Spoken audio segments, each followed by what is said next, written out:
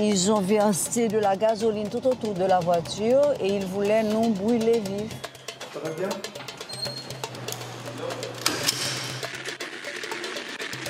Ils avaient menacé de tuer mon fils si nous n'arrivions pas à donner l'argent dans les 24 heures. Les coups de feu sont régulièrement tirés. De toute façon, on voit également au nombre de cadavres.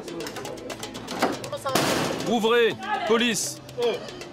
En Haïti, même quand on parle d'état des droits, c'est pas vrai ça. On ne respecte pas la loi et le droit des accusés. Mais c'est n'importe quoi. On part travailler, vous nous emprisonnez.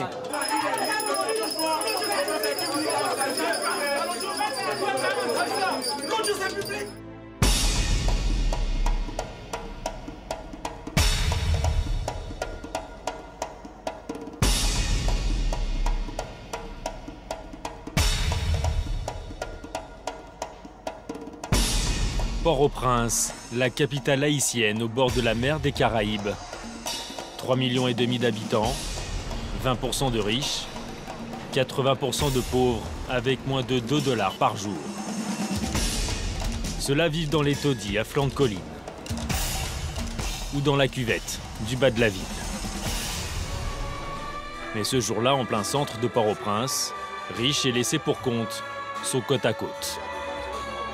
Personne n'a été épargné par le tremblement de terre du 12 janvier 2010. 37 secondes de chaos que les Haïtiens commémorent chaque année, place du Champ de Mars.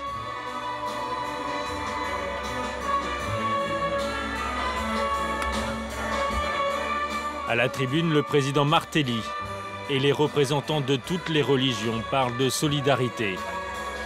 Mais une seule voix va porter, celle de Mambo Evoni, la grande prêtresse vaudou. Pour elle, Port-au-Prince reste la ville de toutes les violences. Nous avons évoqué ces leçons chaque jour, évoqué les solutions à apporter, mais nous nous sommes refusés à les réaliser. Les trahisons sont toujours là, les violences sont toujours là, les divisions dans les familles sont toujours là. Les riches des enfants de Pétion et les pauvres des enfants de Dessalines ne vivent pas ensemble. À tous, je vous remercie de votre attention. Merci aussi à toi, Seigneur.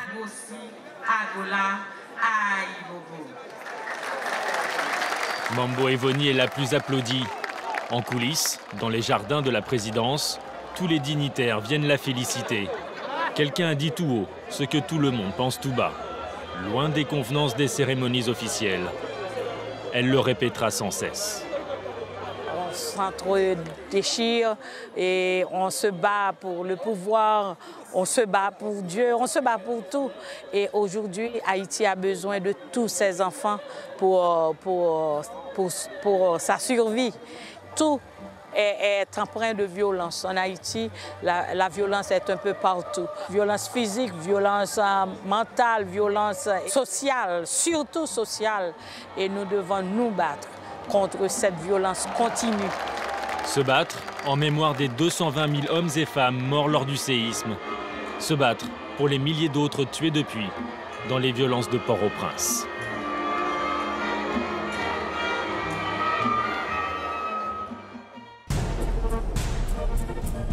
Sur chaque versant des montagnes, les petites baraques des quartiers de Canapé-Vert ou de Bourdon bordent la route vers le Chaudron. Car à Port-au-Prince, c'est dans le bas de la ville que la criminalité est la plus forte. 700 meurtres en 2013. Tout près de la mer s'étend le plus grand bidonville. Cité Soleil. Le nom fait rêver, mais les 700 000 personnes qui s'y entassent vivent une autre réalité. La guerre des gangs. Aujourd'hui, des tirs viennent de retentir à quelques mètres du commissariat de Cité Soleil. Le commandant Pierre-Louis était aux premières loges, comme chaque jour. Pour aujourd'hui, vers les 2h30, il y a eu encore des tirs sur l'axe boulevard des Américains. C'est toujours entre les bandits de Boston, Brooklyn et Bellecour. Des batailles de rue pour le contrôle de la drogue et des kidnappings. Les mères de famille et les enfants y assistent, impuissants. La survie s'organise sous la loi du silence. Mais cette année, l'objectif est de déstabiliser ces gangs. Le commissaire met carte sur table.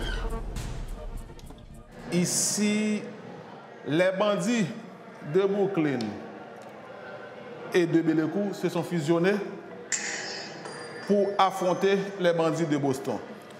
L'autre côté de la rue, ici c'est le boulevard des Américains, c'est le terrain des affrontements. Les bandits de Boston sont en face. Ce qu'on compte faire là, c'est de mener des opérations 3 fois par semaine dans ces zones précitées afin de pouvoir appréhender mes bandits et faire aussi des saisies. Parce qu'il y a trop d'affrontements ces derniers jours. Pour pénétrer dans Cité Soleil, le commandant Pierre-Louis va mobiliser tous ses effectifs du commissariat, mais aussi la force des Nations Unies et les gros bras des unités de maintien de l'ordre de la police nationale. Tous les gens qu'on cherche se trouvent dans cette zone. Nous allons faire 6 points d'ancrage pour quadriller Bellevue. Nous allons encercler à partir de ces 6 points et un groupe spécial ensuite va entrer. Les troupes restent dehors pour éviter qu'ils s'échappent. Le marché, c'est là qu'on a entendu les coups de feu. Les 2 unités se retrouvent alors pour les prendre en tenaille. Si on monte, on va rencontrer les gangs. En montant, vous allez rencontrer le gang de Boston et la base de Brooklyn, Bellevue. Il y a les numéros 1 des gangs de Brooklyn et de Bellevue. L'intervention aura lieu le lendemain matin, à l'aube. Cité Soleil, une ville dans la ville. On y rentre et on y sort par ce grand axe, le boulevard des Américains. C'est ici que se dresse l'un des hôpitaux les plus importants de Port-au-Prince.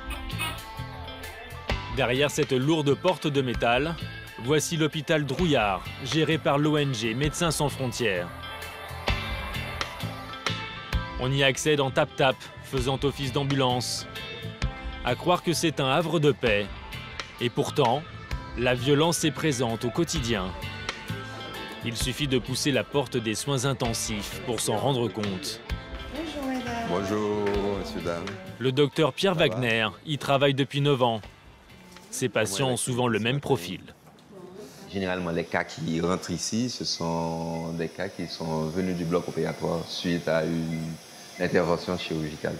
Ces patients-là souffrent des traumatologies de type d'agression physique, des blessures par balle. Tous sont jeunes, comme cet homme arrivé il y a 3 jours. Le pronostic vital est engagé. Le traumatisme hépatique est très important, donc là, une cytolyse, on dit 500-600, mais là, il va sortir au vert. Ok. Lui non plus ne sait pas s'il pourra s'en sortir. Il s'accroche à la vie depuis 6 mois à Drouillard. Il a reçu plusieurs balles et il a eu multiples lésions au niveau de l'abdomen. Hier, il a subi une intervention chirurgicale majeure encore. C'est sa 7e intervention. Qu'à présent, aujourd'hui, l'évolution est satisfaisante. Si cela se confirme, il sera un miraculé, un de plus. Ça va ? Au même moment, au bloc opératoire, l'équipe chirurgicale prend en charge une femme gravement brûlée. Avec les blessures par balle, le traitement des brûlures est l'activité principale pour les chirurgiens de MSF. Cette femme va subir une greffe de peau. Drouillard est le seul hôpital à pouvoir réaliser de telles interventions sur Haïti.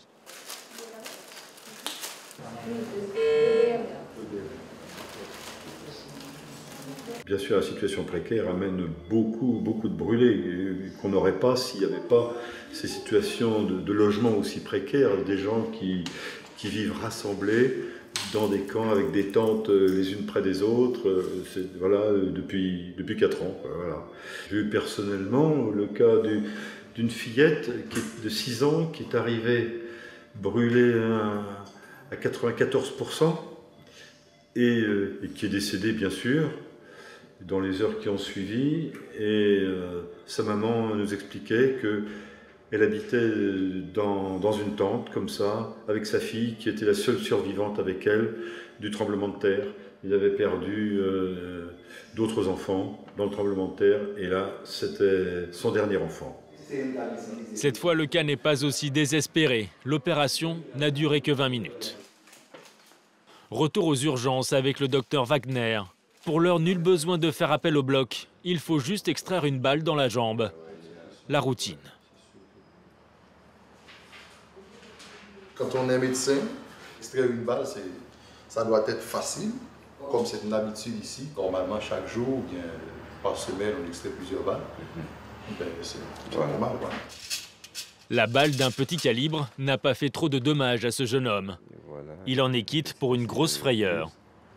Pour pouvoir... Voilà, c'est ça. Pendant ce temps, je sortais de l'église vers 19h. J'allais reprendre ma moto. Et puis une moto s'est approchée avec deux hommes. L'un des deux est descendu et il m'a dit « Donne-moi ta moto ». J'ai dit non. Je me suis défendu et il a tiré. Des histoires comme celle-là, le docteur Wagner en entend tous les jours. Tous les jours, c'est aussi sur les ondes. La violence ordinaire est le fonds de commerce des chansons d'Isolant, l'artiste le plus populaire à Port-au-Prince.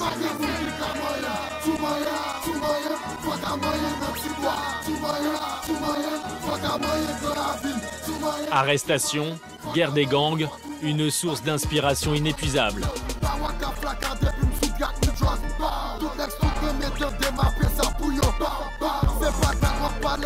Des paroles radicales où l'apologie de la violence n'est jamais loin. C'est l'orientation prise par Isolant en solo.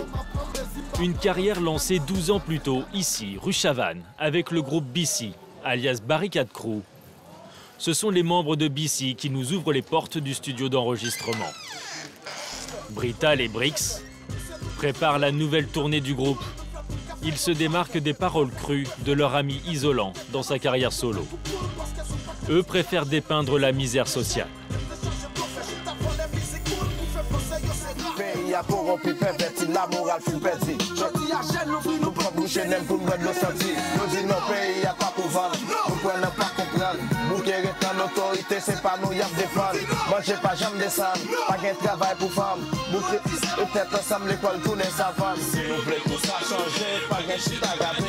Lui croit au changement avec des chansons martelées, comme des appels au sursaut. Les jeunes voient la mort chaque jour. Ce qu'ils voient chaque jour, c'est quoi? On peut vous agresser pour, disons, 1000 gourdes, soit 20 €. Ça vous mine. Il ne faut pas être négatif. Il faut chercher à être positif, trouver une autre lumière. C'est ça qu'on veut leur montrer aux jeunes. Leur montrer une autre idée de la vie, leur dire de s'intégrer. Les jeunes, au lieu d'utiliser les armes ou vendre de la drogue, prenez le micro plutôt. Les répétitions vont durer jusque tard dans la nuit. La nouvelle chanson de BC résonnera bientôt dans les rues de Port-au-Prince.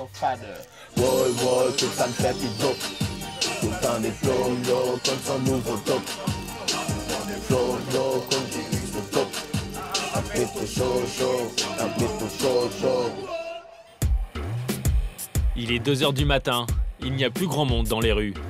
Comme prévu, l'opération de police dans Cité Soleil va avoir lieu à l'aube. Nous avons l'ordre de rejoindre un poste sécurisé. C'est sous escorte de police que nous roulons vers le plus grand bidonville.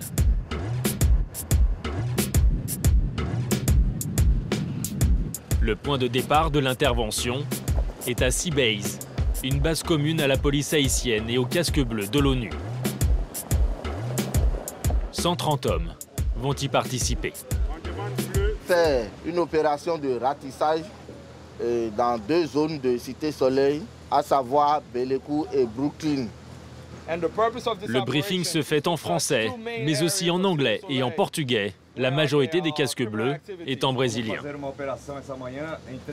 Des checkpoints devront boucler les accès de Cité Soleil, pendant que d'autres unités ratisseront ces 2 quartiers. avec prudence.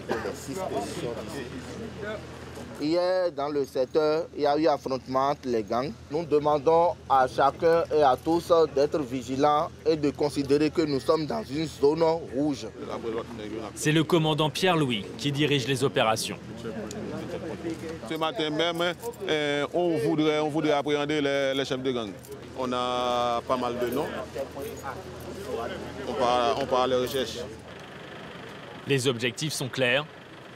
Pourtant, tout ne se déroule pas comme prévu. Il manque les gros bras de la police haïtienne.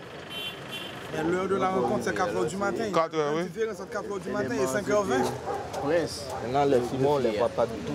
Alors qu'ils sont sur les points. Et ça nous met dans une position difficile. Démarrer l'opération à l'aube, c'était pas risqué. C'est risqué alors. C'est risqué quand même. Le jour se lève lorsque toutes les unités sont enfin au complet. Il est 6h, l'opération est lancée. Mais à Cité Soleil, on est debout depuis longtemps. Apparemment, la police est attendue.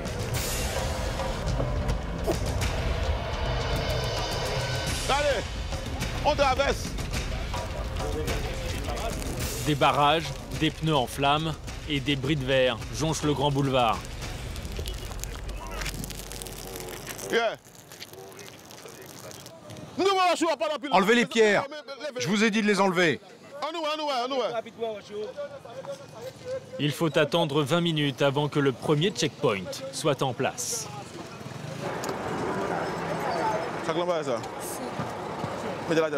Tous doivent montrer patte blanche pour entrer ou sortir de Cité Soleil.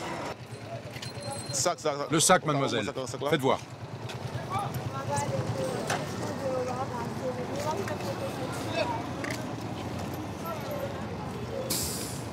Ok.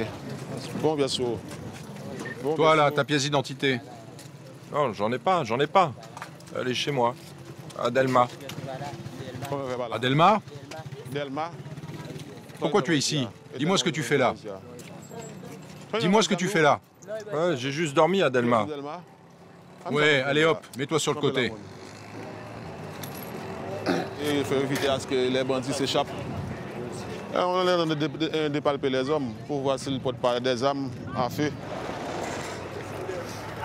C'est par groupe de 20 que les casques bleus et les policiers pénètrent dans les allées de tôles ondulées. Les informateurs du commissaire ont déjà indiqué les maisons des membres présumés de gangs. Ceux-là n'ont pas eu le temps de fuir. Mais les plus malins sont déjà loin. Écoute, les bandits traversent le ruisseau. Et il y aurait 2 chefs avec tous leurs hommes. Dans l'autre quartier à Beleco, les perquisitions continuent avec la même précaution. Le doigt sur la gâchette.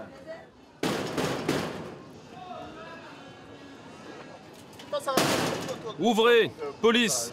Ici, une femme est enfermée. Des hommes armés pourraient la séquestrer.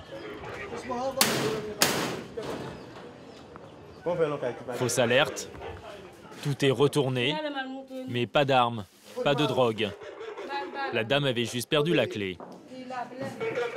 Une démonstration de force démesurée ce matin, mais c'est la stratégie du nombre, comme dissuasion. C'est dangereux en fait de se promener dans cette zone parce qu'il y a quand même pas mal d'armes à feu de plusieurs calibres. Donc c'est pour ça que quand on y vient en force et les coups de feu sont régulièrement tirés. De toute façon, on voit également au nombre de cadavres qui sont trouvés dans les rues ou aux alentours. Les fouilles et interrogatoires se déroulent sans résistance. Tu fais quoi pour vivre? Mais je vis du fer. Je vends du fer récupéré dans la rue. Et vous te faites? Mais rentrez chez moi, j'ai rien à me reprocher. Durant ces ratissages, les policiers font face à l'omerta, alimentée par la peur.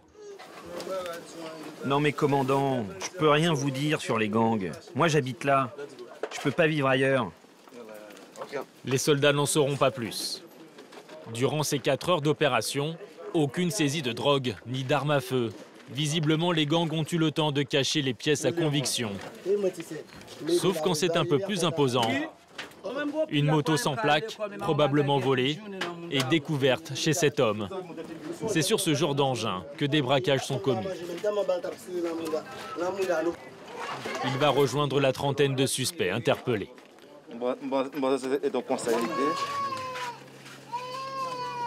Ok.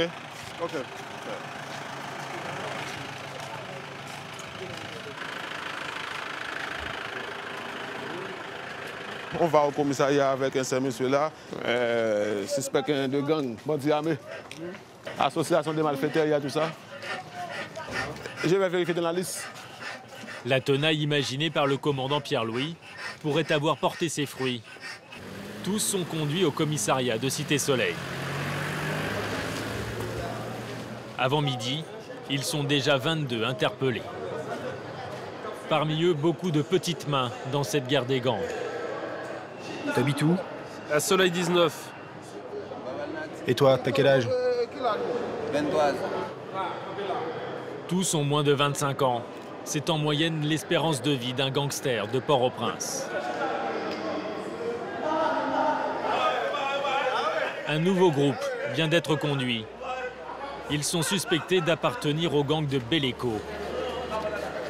C'est la meilleure nouvelle de la journée pour le commandant Pierre-Louis. Un chef est parmi eux. C'est le deuxième chef gang. Tiga, que vous voyez là, c'est le deuxième chef du gang. Belleco. Quel âge as-tu? 16 ans. 16 ans? C'est le deuxième chef. C'est lui qui est juste derrière Escar. Ouais, c'est moi, Tiga. Ouais, c'est un criminel. Il est très cruel. Très cruel. Bandit, deuxième chef. Belleco. Ouais. Tiga a déjà fait de la prison pour des kidnappings, mais cette fois, il est soupçonné de meurtre ou de les avoir commandités à ses hommes. Des bandits notoires, parmi les 35 appréhendés qui sont ici là. On a déjà identifié 16 parmi eux. On va faire appel à nos informateurs là, juste pour pouvoir identifier les auteurs qui sont ici présents. Tous les suspects vont être placés en garde à vue pour 48 heures. Même si parmi eux, il peut y avoir des arrestations arbitraires.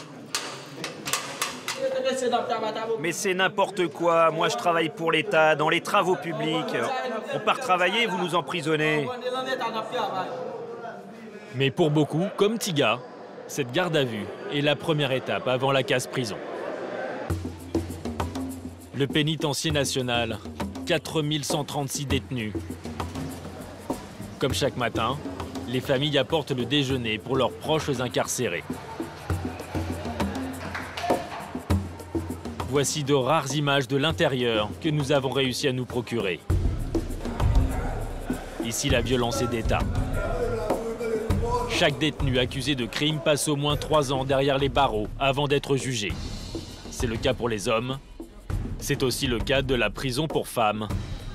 Résultat, 400% de surpopulation carcérale. Il faut se relayer pour s'allonger. En moyenne, l'espace vital d'un détenu est de 60 cm². Seule sortie autorisée pour les détenus, cet ancien grand hôtel des années 70. Il fait office de palais de justice. L'ancien tribunal a été détruit par le séisme. Chaque jour, les prévenus arrivent sous les coups de midi pour être entendus dans les cabinets d'instruction. Le juge Villeneuve-Morin occupe ce petit bureau éclairé au néon. Il est le spécialiste des affaires d'enlèvement. Au programme du jour, un kidnapping avec probabilité d'assassinat. Voici les noms des convoqués chez le juge Morin. Un cas classique à Port-au-Prince aujourd'hui. Nous avons 4 détenus à entendre dans le cadre d'un dossier d'enlèvement. Ce sont des photos de la voiture au bord de laquelle ils ont été réclamés la rançon. Il paraît qu'ils se sont heurtés contre un mur et la voiture a été écrabouillée. L'accusé a été arrêté vite après les faits en septembre 2012. Il est assisté d'un avocat commis d'office. C'est son premier interrogatoire, après déjà 1 an et demi de détention provisoire. À quelle heure êtes-vous rentré chez vous le jour du kidnapping? Je ne sais pas, magistrat. Êtes-vous rentré avant ou après le kidnapping? Je ne sais pas. À quelle heure êtes-vous rentré? Impossible de répondre à vos questions. Où se trouve actuellement la femme qui a été enlevée? Je ne peux pas répondre à cette question parce que je ne sais rien de tout ça. Vous savez, ne se rappeler de rien ne va pas jouer en votre faveur. Quelque chose à ajouter? Refus de coopérer ou mauvaise compréhension des questions. À Port-au-Prince, les prévenus sont souvent analphabètes, comme cet homme, avec son empreinte digitale, comme toute signature. L'audition n'a duré que 20 minutes, mais le juge a déjà sa petite idée sur l'affaire. Évalué à près de 40 000 $ américains. Mais ils n'ont jamais rendu la personne qui a été kidnappée. Qui est la dame? Une jeune femme? Une jeune femme. L'un d'entre eux était son petit ami. À Port-au-Prince, les femmes sont souvent les plus touchées. 20% des crimes commis sont des viols. Loin du chaos, un centre accueille certaines de ces femmes meurtries. Le lieu reste secret par crainte de représailles. Mambo Lamercie le dirige. C'est une chef spirituelle de la religion vaudou. Mais elle veille sur ces femmes, toutes croyances confondues. Bonjour. Bonjour. Et Jodia. Aujourd'hui, nous allons commencer à travailler avec la broderie.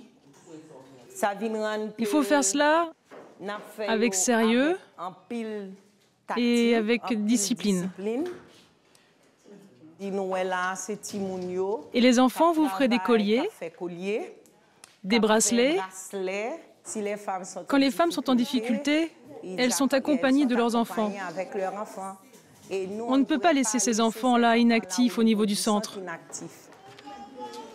Aujourd'hui, 17 femmes, dont vous ne verrez pas leur visage, par respect pour leur douleur, vivent sous le toit d'Ofava. Le mois précédent, elles étaient plus de 40. Nous voulons faire comprendre à ces femmes victimes de viol qu'elles ne sont pas exclues de la société. C'est les accompagner pour les réintégrer dans la vie sociale. C'est donc leur apprendre un métier utile pour demain. Si elles sont victimes de viol, ça ne veut pas dire que la vie est finie. Au centre, tout le monde met la main à la pâte. En cuisine, on s'affaire déjà. Au menu, du riz au lait de coco et quelques haricots. Cela fait 20 ans que Mambo Lamercie travaille dans le social. Jamais elle n'aurait imaginé que les viols allaient autant augmenter depuis le séisme. Conséquence de la promiscuité dans les camps ou dans les bidonvilles. Elle a ouvert le centre dans l'urgence il y a 2 ans. Aujourd'hui, il est là pour durer. On a une capacité d'accueillir à peu près 22 femmes. On a pu héberger près de 52, 40, 42, 44. Ça varie à tout moment. Le centre compte aujourd'hui 14 chambres, mais elle en est sûre, il va devoir s'agrandir en renforçant la sécurité. Nous, on est obligés de placer ce centre d'hébergement un petit peu éloigné de la capitale. Si les agresseurs sortent spécialement dans la même communauté que les victimes, il faut que nous, au FAVA, lorsqu'on héberge ces victimes, qu'elles se sentent en sécurité. C'est la raison pour laquelle vous voyez là, et c'est un guérite qui construit spécialement pour nous, jusqu'au coude. Juste dans le coude, nous. Mambo Lamercie sait qu'il faut les prendre en main, les accompagner pour les moindres détails du quotidien. Ces femmes et leurs enfants restent 3 mois en moyenne pour se reconstruire. OK, on s'assoit. Pour apprendre à vivre ensemble, à manger ensemble, c'est parce que là, ici, au niveau Dans ce centre d'hébergement, on est une famille. Chacun prie leur Dieu selon sa foi. À Ofava, cela ressemble parfois à la méthode Coué. Avec cette chanson qui est l'hymne du centre écrit chaque jour au tableau.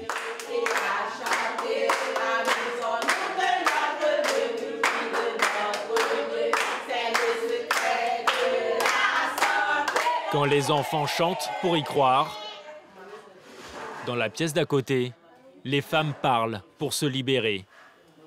Mergela est arrivée cette semaine. C'est son premier entretien avec la psychologue. Avec moi, sois à l'aise, ne te gêne pas, ok? Parle simplement avec franchise, ok? Je vois que tu as une cicatrice. Pourquoi? D'où ça vient? Ils m'ont blessée avec des tessons de bouteille. Est-ce que je peux vous montrer d'autres choses? Parce que j'ai été aussi frappée dans le dos.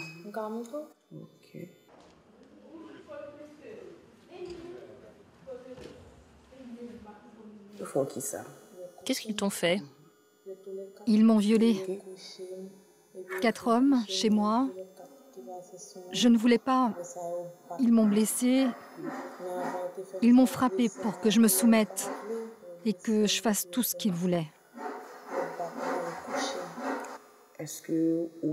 Et aujourd'hui, est-ce que ça va? Est-ce que tu as des troubles du comportement? Des troubles de comportement? Oui. Je ne suis plus comme avant. J'ai souvent des maux de tête.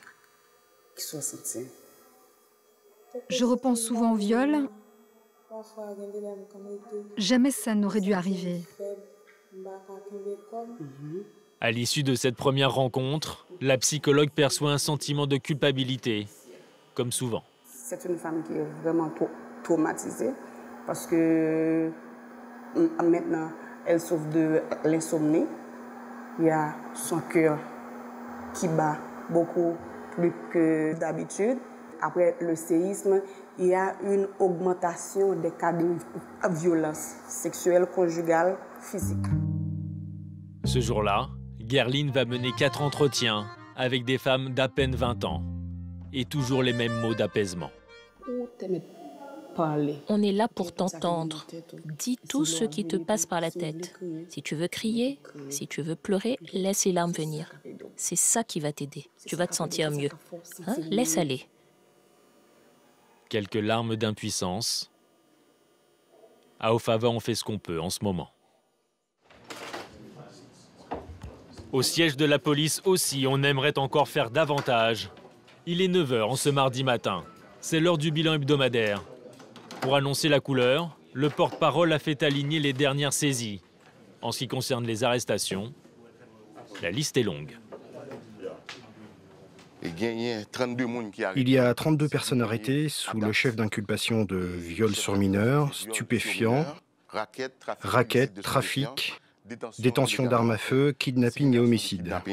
Enlèvement et puis assassinat, homicide. Côté que la police a recherché. Par ailleurs, une personne était recherchée activement. Elle était impliquée dans des enlèvements. Il s'agit de cet homme impliqué dans 6 kidnappings et assassinats. Pour 2014, on a dit à la population. Pour 2014, la DCPJ va doubler ses efforts pour empêcher les enlèvements et combattre la criminalité sous toutes ses formes. Combattre la criminalité sous toutes formes. Les kidnappings, décidément un fléau bien installé. En moyenne, 6 personnes sont enlevées par mois pour des rançons qui se comptent en centaines de milliers de dollars. C'est comme une entreprise de kidnapping ici. Mais et pour le moment, je crois qu'on a justement le contrôle de ça. Et on va quand même travailler davantage pour pouvoir faire face justement à ce phénomène et éclater ces cellules de gang et procéder à l'arrestation des kidnappeurs. Parmi les cibles privilégiées, les membres des grandes familles. Comme celle de Robert Moscoso, l'un des banquiers les plus importants d'Haïti. Ses 2 enfants ont été enlevés. Il y a quelques mois, ces images ont ému tout Port-au-Prince. Leur libération vécue comme en direct. Les brigades d'intervention investissent en pleine nuit cette maison en construction. C'est là que Coralie, 23 ans, et son frère Nicolas, 22, sont détenus depuis 8 jours. Les ravisseurs réclament $1 million de rançon. Je sais qu'à un moment donné, par exemple, ils avaient menacé de tuer mon fils.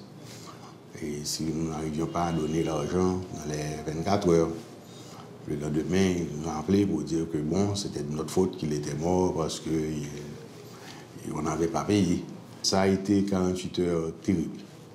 De traverser, d'aller à toutes les morgues, de voir s'il y avait un cadavre qu'on aurait reconnu.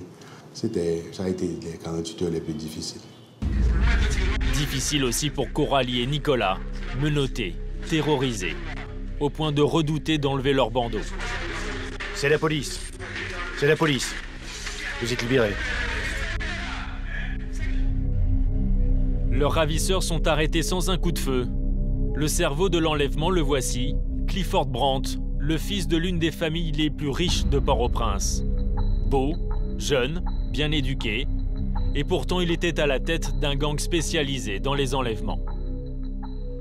Toute la population a été surprise de découvrir de qui il s'agissait.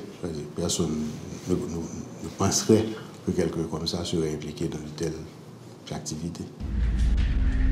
Coralie et Nicolas, encore traumatisés, n'ont pas souhaité témoigner. L'enlèvement des Moscoso est la plus grosse affaire de ces derniers mois. Il a fait l'effet d'un électrochoc. Personne, même parmi les privilégiés de Port-au-Prince, ne se sent à l'abri. La sécurité, un business florissant en Haïti. Mario Vio possède l'une des plus grandes compagnies de sécurité privée de Port-au-Prince. 2000 agents sont sous ses ordres.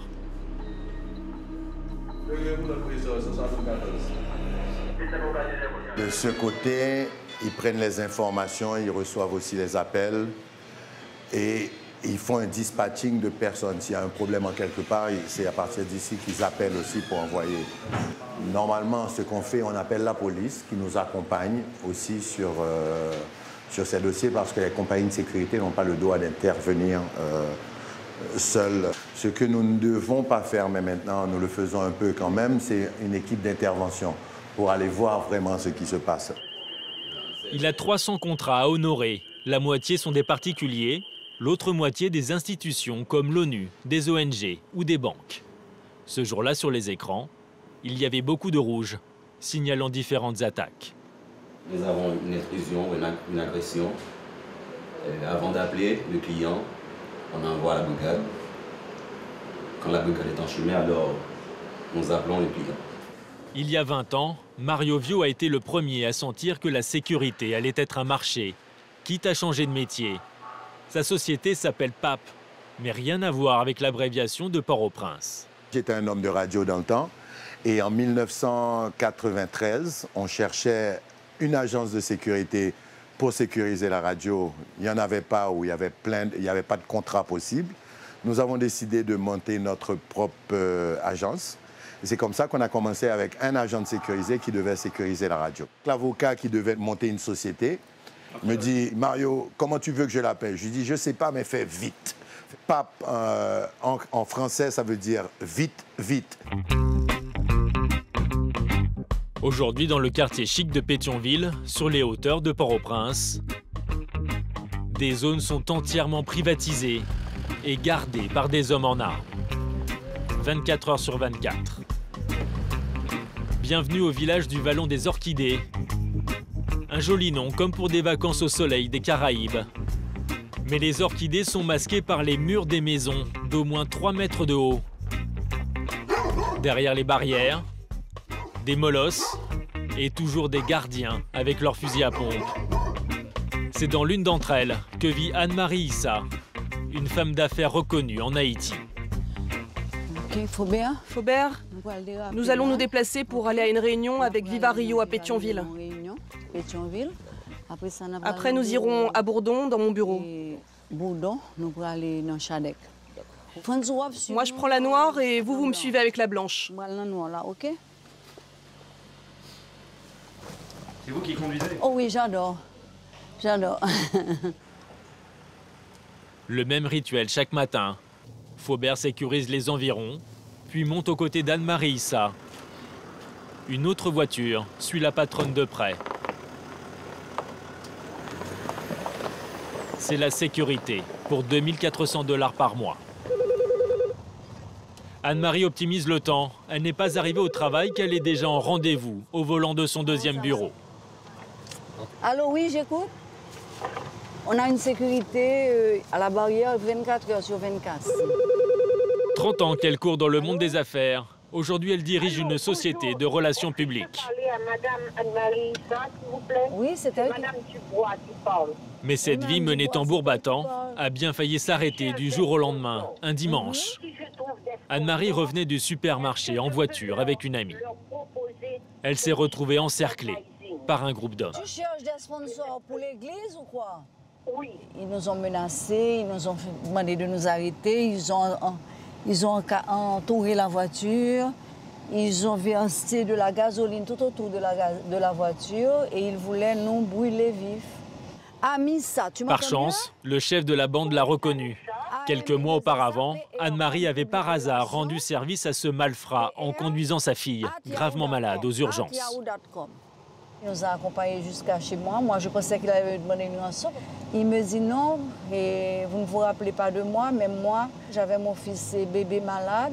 Et c'est vous qui l'aviez accompagné avec moi chez votre belle-sœur qui est pédiatre. Et vous l'avez sauvé la vie, donc je vous ai reconnu. Et arrivé à la maison, il me dit, Madame Issa, et il faut faire très attention ces jours-ci, il vaut mieux ne pas sortir. C'est un traumatisme qui perdure? Et on n'oublie pas. Ce sont des choses qu'on ne peut pas oublier, vraiment. Non, non. À observer le regard du garde du corps qui balaye la route et les trottoirs, la vigilance est permanente, n'importe où, à n'importe quel moment de la journée. Quand faut-il prendre le plus de précautions? Le plus souvent, on enregistre des cas de kidnapping, surtout quand la personne monte dans sa voiture ou bien quand elle descend de la voiture. Alors toutes les précautions sont prises, même dans ce quartier chic, à 9h30 du matin. Ah, ils sont là. Les déjeuners d'affaires se déroulent toujours sous bonne garde.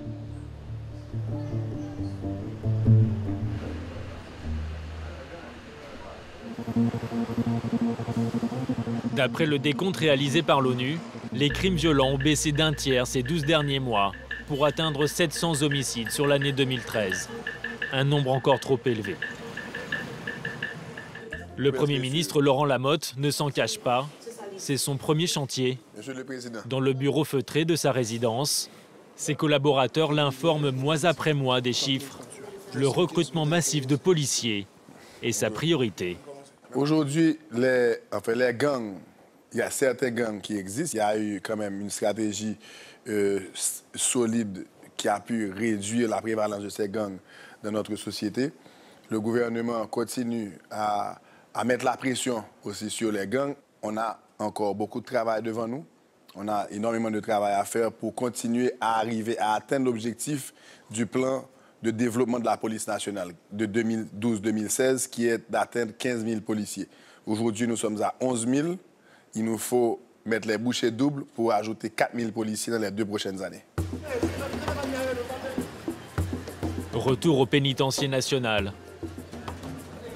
Dans l'antichambre de la cour de la prison, 2 hommes attendent l'appel. Fritz Nerjean. Harold Désir.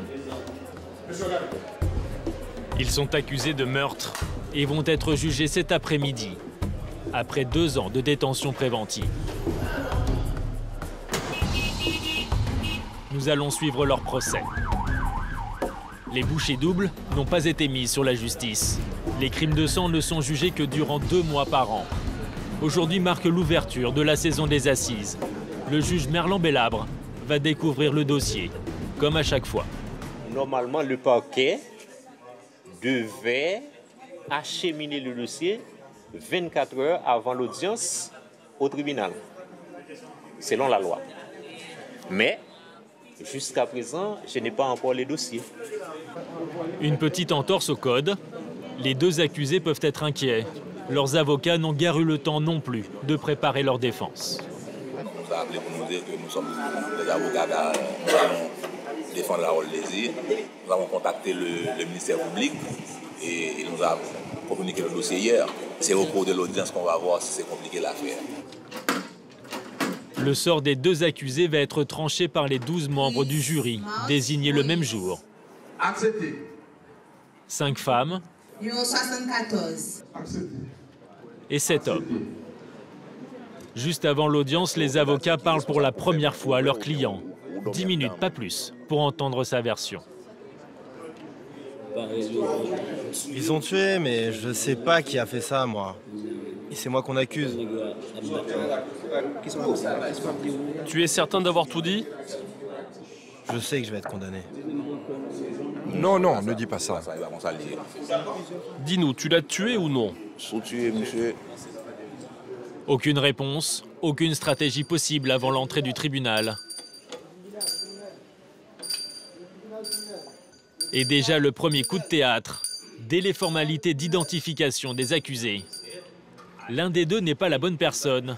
Un certain Fritzner avec un L devait comparaître. Mais dans le box, c'est Fritzner avec un R. Jean Fritzner. Jean Fritzner. Cher maître, dans le cas de Fritzner Jean, je ne vois pas d'accusation ni d'ordonnance dans cette affaire. Hein? Mais qu'est-ce qu'il fait là? Étonnement de la défense, perplexité des procureurs. Cet homme, visiblement, n'a rien à voir avec cette affaire. Le tribunal constate la détention illégale et arbitraire du nommé Fritzner Jean. Ordonne, séance tenante, sa libération immédiate. Libéré en 2 minutes, jamais il ne l'aurait imaginé. Mais la joie est de courte durée. Le procureur fait appel. Fritzner doit retourner en prison pour voir s'il n'est pas retenu pour autre cause. Alors, vous ne voulez plus le libérer? Il doit être renvoyé devant un autre tribunal criminel pour être jugé conformément à la loi. Eh bien, arrêtez-le vous-même! 2e coup de théâtre d'un procès qui tourne à la farce. Le ministère public n'a même pas respecté le tribunal. Ébahis, les accusés découvrent un tribunal où règne la loi de la jungle. La loi de celui qui crie le plus fort.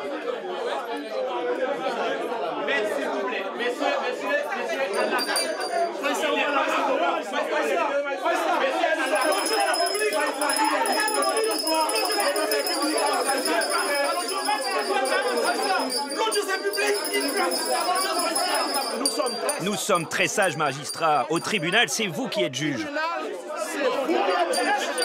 Il n'y a pas de droit ici, il n'y a pas de droit. Le président du tribunal criminel demande à accepter les agents qui accompagnent les accusés à tous les porteurs d'armes de laisser la salle. Pour Fritzner, retour casse-prison pour une nouvelle détention provisoire. Ce n'est pas cette saison qu'il sera jugé. C'est courant en Haïti.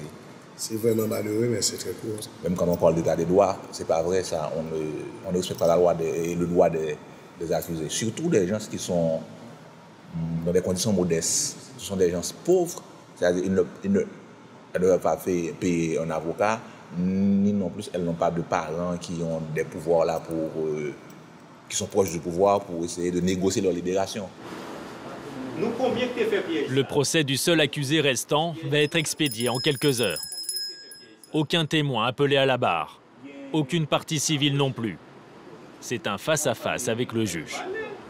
Qui a tendu ce piège? C'est pas moi. Qui est venu le soir tendre le piège? Ok, pas de problème. Ok, pas de problème. Veuillez noter, l'accusé garde le silence, il ne veut pas répondre. Dis-moi, combien vous étiez pour tuer Rodrigue? Si vous ne répondez pas, ça ne va pas vous aider. Vous étiez combien? Tu vois dans quelle situation tu es? Tu vois, ça fait 2 ans que tu es en prison et tu ne veux pas révéler ceux qui étaient avec toi. Tu continues à les cacher? Comment Rodrigue a-t-il pu se retrouver nu et ligoté? Comment vous avez fait ça? La loi du silence, toujours à Port-au-Prince, même pour les crimes les plus barbares. Le tribunal prend une suspension d'audience en attendant l'arrivée des jurys. C'est l'heure des délibérations. 10 minutes ont suffi au jury pour statuer. L'accusé Harold Désir est-il coupable d'avoir donné la mort à Rodrigue ainsi connu? La réponse est... Oui, à la majorité absolue. Harold, le jury a statué. Le tribunal conclut que vous avez tué Rodrigue.